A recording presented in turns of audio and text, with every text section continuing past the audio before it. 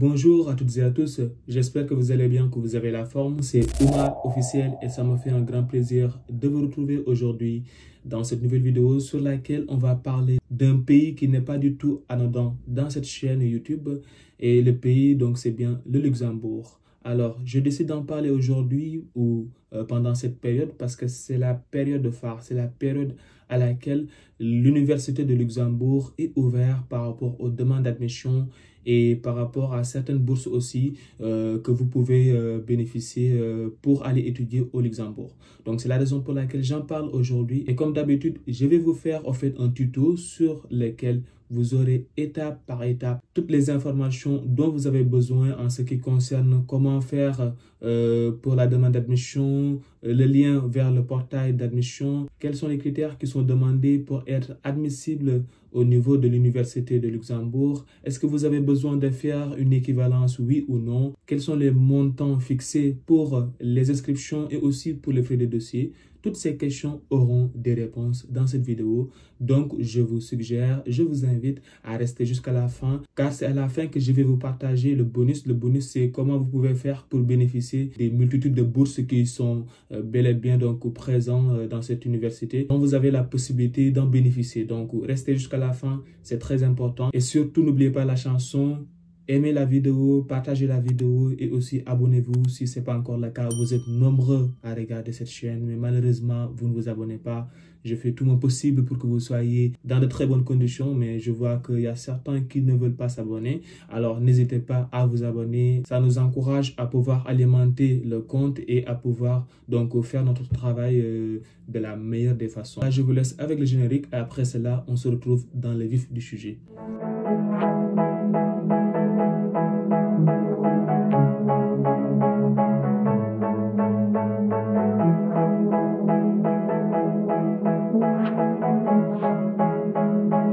Bienvenue encore à bord. Comme promis au début de la vidéo, on va faire un tuto qui résume au maximum les informations dont vous aurez besoin pour faire votre demande d'admission au sein de cette université du Luxembourg. On va pas trop tarder. Là, on va donner quelques aperçus sur cette université et aussi au niveau du pays. D'ailleurs, le pays est un pays idéal pour les étudiants étrangers. Pourquoi idéal? Parce que il y a 3 langues qui sont parlées ou qui sont vraiment attribuées au niveau des universités. Soit vous avez l'allemand, soit vous pouvez parler aussi l'anglais ou bien le français. Donc, il y a les 3 langues qui coexistent au niveau de l'université. Ça laisse largement en fait le choix aux étudiants étrangers, pour ceux qui viennent de n'importe où, soit de l'Afrique ou de l'Amérique du Sud, de pouvoir y étudier sans souci.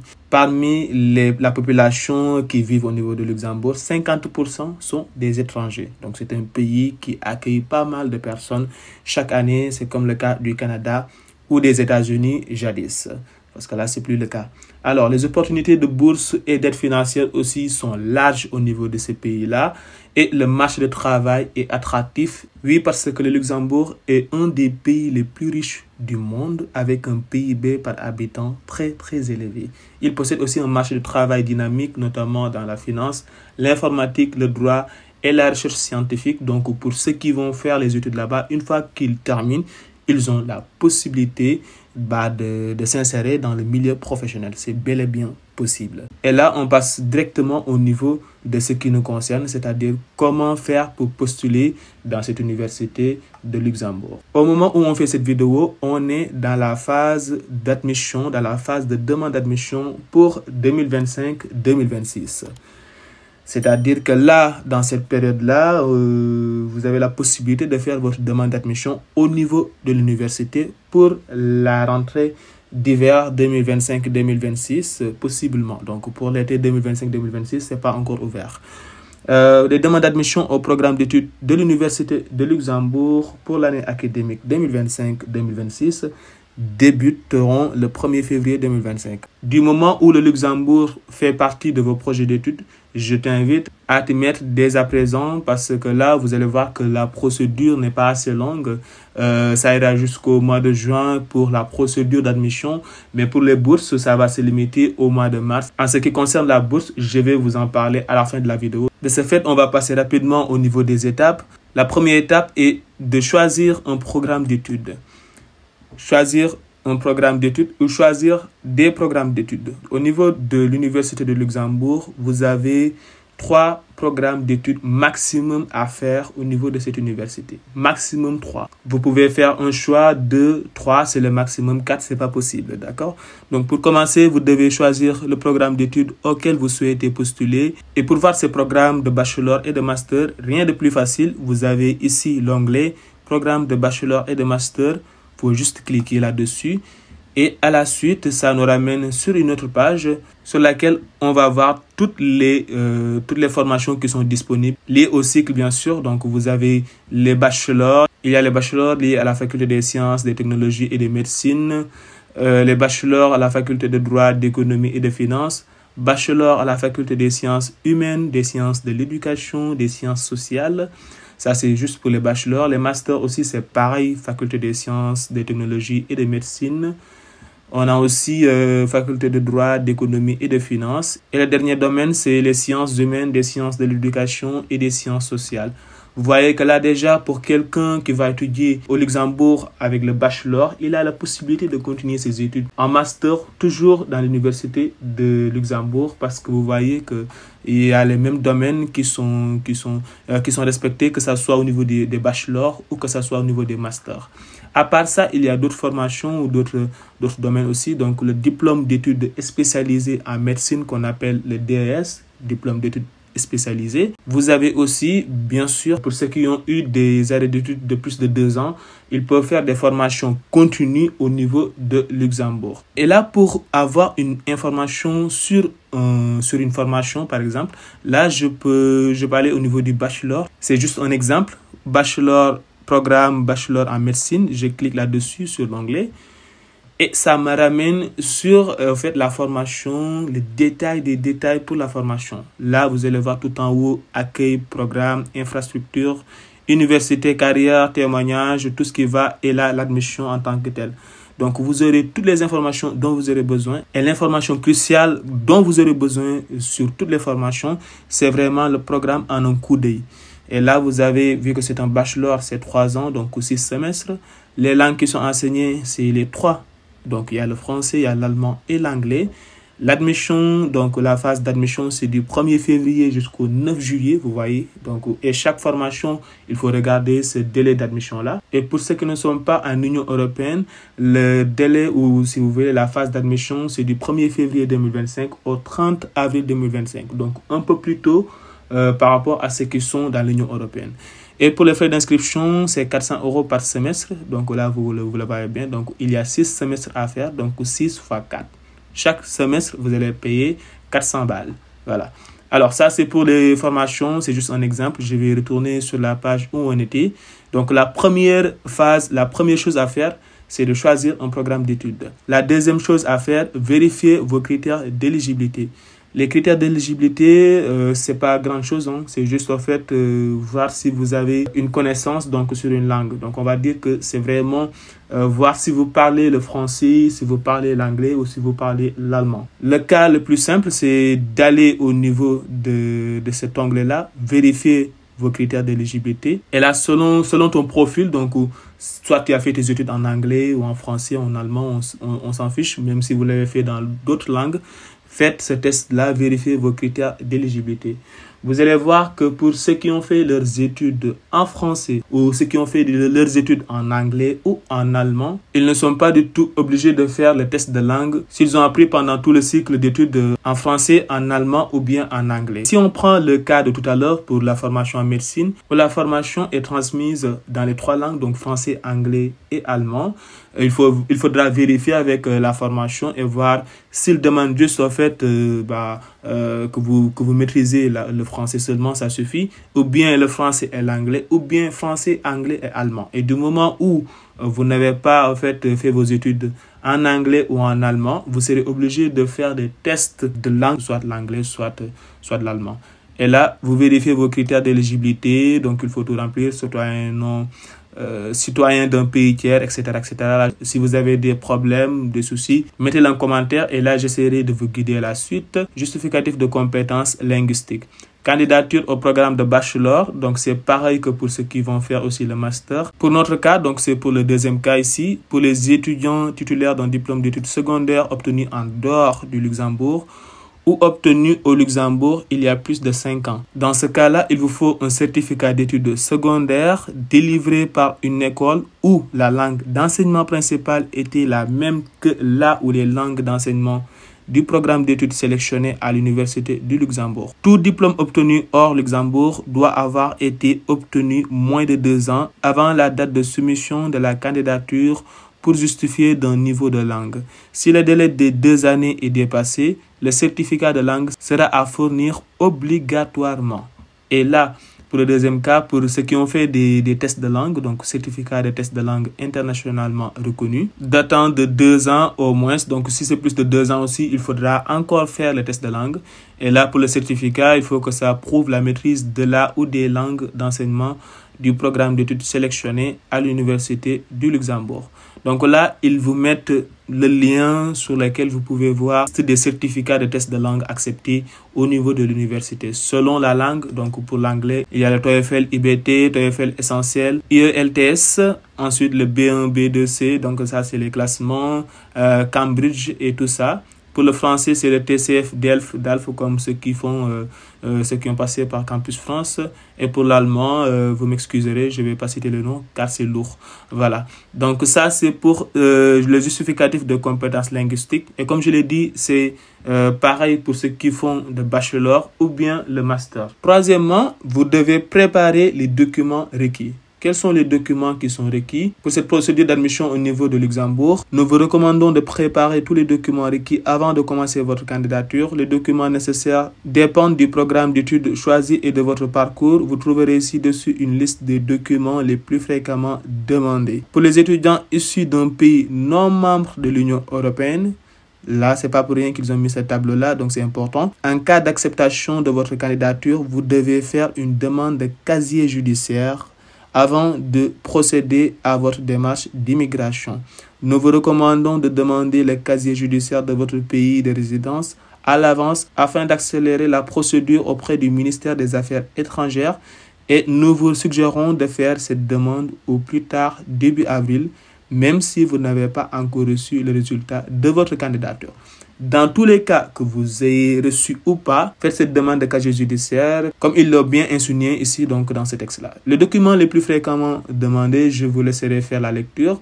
Ce qu'il faut retenir, c'est que pour les candidatures au bachelor, vous aurez besoin de faire la reconnaissance des diplômes. Pour les candidatures au master, vous n'en avez pas besoin. Voilà, donc là, c'est ce qu'il faut retenir. Sinon, tous les documents qui restent, c'est pareil pour ceux qui font le bachelor ou le master.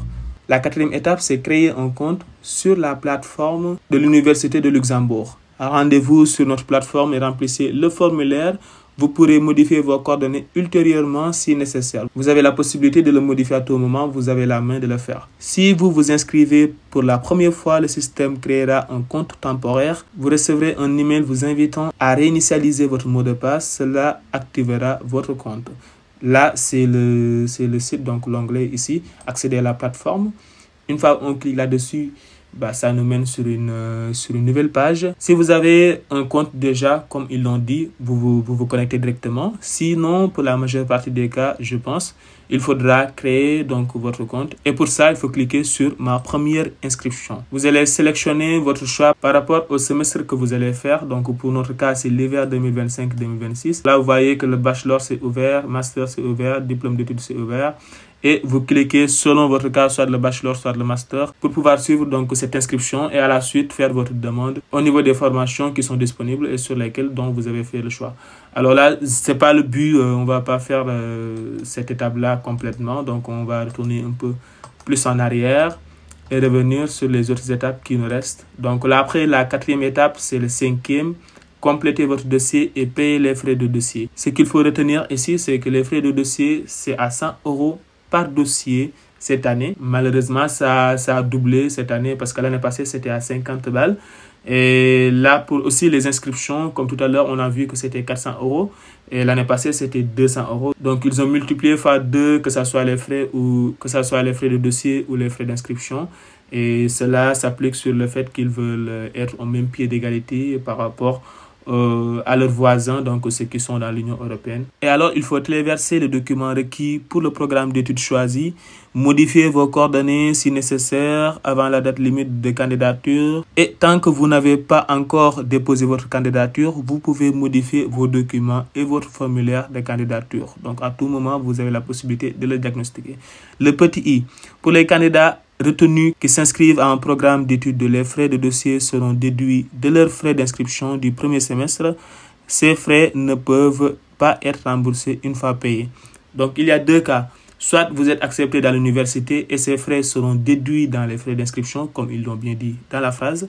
Soit vous n'êtes pas du tout accepté au niveau de la formation et quand même, malgré tout, ces frais ne sont pas du tout remboursables. La sixième étape et l'avant-dernière, c'est une fois que tous les documents joints et les frais payés, vous pouvez déposer votre candidature. Chaque programme possède sa propre date limite de candidature, donc il faut chaque fois vérifier la date limite de candidature pour les formations que vous avez choisies. Et aucune candidature déposée après la date limite ne sera acceptée. Donc là, je pense que c'est très normal. Et la dernière, donc la septième étape, votre demande est traitée.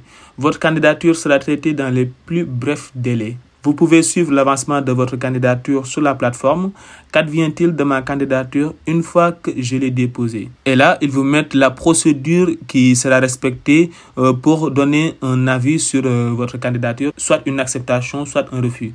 La première chose ou la première étape, c'est le service des études et de la vie étudiante procède à un premier contrôle pour vérifier si votre dossier est correctement rempli et si vous êtes éligible. En fonction du statut de la candidature, le service des études et de la vie étudiante, ils vont donner suite à trois possibilités. Soit la candidature est rejetée si elle ne répond pas aux critères d'admission, soit ils demandent les documents manquants au candidat, soit ils transmettent la candidature au comité de sélection du ou des programmes d'études choisis. Et la suite, c'est deuxièmement, donc la deuxième phase, c'est le service des études et de la vie étudiante qui transfère toutes les candidatures éligibles est correctement rempli au comité de sélection du programme d'études concerné. Troisièmement, le service des études et de la vie étudiante vous informe de sa décision. En fonction de la décision du comité de sélection, le service des études et de la vie étudiante vous informe que là, il y a 4 solutions. Soit vous êtes admis à l'université, soit vous êtes mis à une place conditionnelle à l'université, soit votre candidature est placée sur une liste d'attente ou, en dernier lieu, votre candidature est rejetée. Et là, c'est mort alors. Après cela, la quatrième phase, il vous sera demandé de payer les frais d'inscription. Et l'avant-dernière, donc la cinquième phase de ce processus, c'est que le paiement des frais d'inscription permet de valider votre inscription. Vous bénéficiez du statut d'étudiant pour tout le semestre. Et la dernière et la sixième phase de ce processus, vous ne pouvez pas payer les frais d'inscription que si l'ensemble des critères et des conditions sont remplis. Donc, il faudra que vous soyez accepté par le comité en tant que tel, donc le service des études et de la vie étudiante. Donc, pour cette phase-là, donc il faut que vous soyez admis. On vous dit que vous êtes admis à l'université pour que vous puissiez payer les frais d'inscription. Et à la suite, donc, être en statut étudiant, on va dire. Pour ce qui concerne les aides financières qui vous sont proposées par l'université, il y en a à gogo. Donc là, je vais juste vous parler donc des bourses d'études que vous avez la possibilité d'avoir. Je ne vais pas trop les détailler dans cette vidéo parce que la vidéo est assez longue en ce moment. Si vous voulez, vous pouvez me mettre en commentaire que vous voulez avoir un aperçu sur telle bourse, et là je déciderai selon les commentaires d'en faire une vidéo de plus ou pas, donc si ça vous intéresse. Mais il faut savoir qu'il y a des bourses qui sont disponibles pour des bourses internes ou des bourses externes comme ils l'ont bien décrit ici. Pour les bourses internes, c'est les bourses de l'Université de Luxembourg. D'ailleurs, il y a la bourse internationale de master Guillaume Dupé et Portabella, mais la plus reconnue, c'est la bourse internationale de master Guillaume Dupé. Pour faire une petite description de cette bourse, le principe, c'est que le ministère luxembourgeois des Affaires étrangères et européennes et le ministère de la Recherche et de l'Enseignement supérieur financent au programme de soutien au talent la bourse internationale de master Guillaume Dupé, afin d'attirer des étudiants internationaux très performants qui souhaitent s'inscrire à un programme de master à l'Université de Luxembourg. Donc là, cette bourse est ouverte que pour ceux qui font le master. Malheureusement, pour ceux qui font le bachelor, c'est vraiment rare d'avoir des bourses pour leur cas. Je ne dis pas que ça n'existe pas, mais la majeure partie, c'est vraiment ouvert pour ceux qui font des cycles en master. Voilà, donc au niveau master, tout éligible, donc tous les niveaux. Donc il n'y a pas juste les médecines, voilà, donc il y a tous les niveaux qui sont éligibles. Jusqu'à 2 ans, donc pour la durée de la bourse, qui est équivalent à la durée de la formation pour un master normal. Max 30 étudiants par an donc sont financés, donc sur 10 par faculté. Et pour les critères d'éligibilité, il y a les candidats internationaux qui sont éligibles, que ce soit de l'Union européenne ou les candidats des pays tiers postulants, donc les candidats qui viennent hors Union européenne aussi. Uniquement disponible pour les programmes de master qui dispensent le programme de 2 ans au Luxembourg. Les programmes de master qui comportent un semestre ou une année obligatoire à l'étranger ne sont pas éligibles. Donc, c'est 2 ans net. Excellent résultat universitaire pendant les études de premier cycle. Donc, en licence, il faut que vous ayez quand même voilà, donc, une mention. Donc là, il faut s'attendre à ça. Étudiants à temps plein, non bénéficiaires du prêt étudiant du gouvernement luxembourgeois, enseignement C10. Donc, si vous avez un prêt étudiant, vous ne serez pas du tout éligible. Candidats provenant des pays tiers, veuillez lire attentivement les informations fournies aux candidats et aux étudiants. En gros, l'allocation, le montant s'élève environ à 10 000 € par année universitaire pour une durée maximale de 2 ans. Vous voyez qu'avec cette somme-là, vous pouvez vous en sortir facilement. Vous voyez qu'une partie de la bourse couvre le logement de l'étudiant et l'autre partie est un montant versé en plusieurs fois pour les étudiants réguliers. Le montant restant est versé au début de chaque semestre pendant 2 ans au maximum. Pour les étudiants en échange, il est versé au début et à la fin du semestre d'échange. Et là, venons-en au fait. Pour le logement, une partie de la bourse sert à financer le logement de l'étudiant en résidence universitaire pendant la durée du programme de master à hauteur de 650 € par mois maximum pour une durée maximale de 2 ans. La bourse ne couvre pas la caution et l'assurance habitation. Il faut que vous en soyez conscient. L'étudiant devra postuler pour son logement en temps opportun et suivre attentivement les instructions et les délais indiqués dans la section logement. Date limite des candidatures ou de candidature pour cette bourse, c'est le lundi 31 mars 2025. Vous allez voir qu'il y a un réel décalage entre la fin de procédure d'admission des universités et la date limite de candidature pour cette bourse-là. Donc, une fois dépassé 31 mars, c'est fini pour faire cette demande de bourse. Après ça, la procédure de demande, ça se passe sur différentes phases. Postuler au programme de master, ça c'est la première chose à faire. Évaluation de votre dossier de master. Troisièmement, demande de bourse. C'est là où une fois que vous avez déjà fait l'inscription au niveau d'un master. Pour votre demande de bourse en ligne, vous devrez remplir le formulaire en ligne dédié, joindre une déclaration personnelle décrivant les raisons pour lesquelles vous postulez et présenter vos points forts, joindre 2 lettres de recommandation universitaire. C'est important de le faire aussi.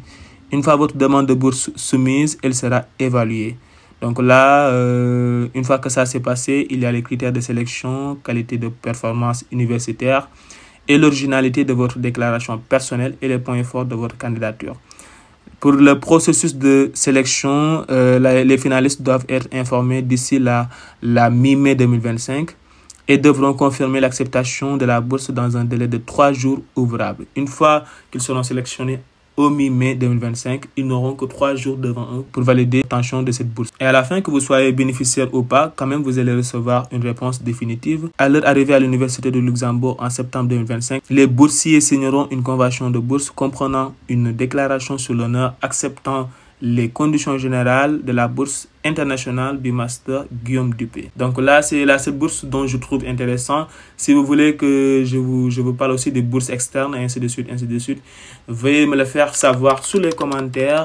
N'hésitez pas à partager aussi la vidéo, à liker et ceux qui ne sont pas encore abonnés, de vous abonner. Vous êtes nombreux à me regarder sur les vidéos, mais voilà, il y a certains qui refusent toujours de s'abonner. C'est très important de s'abonner, ça nous donne encore de la force pour continuer à alimenter du contenu sur cette chaîne.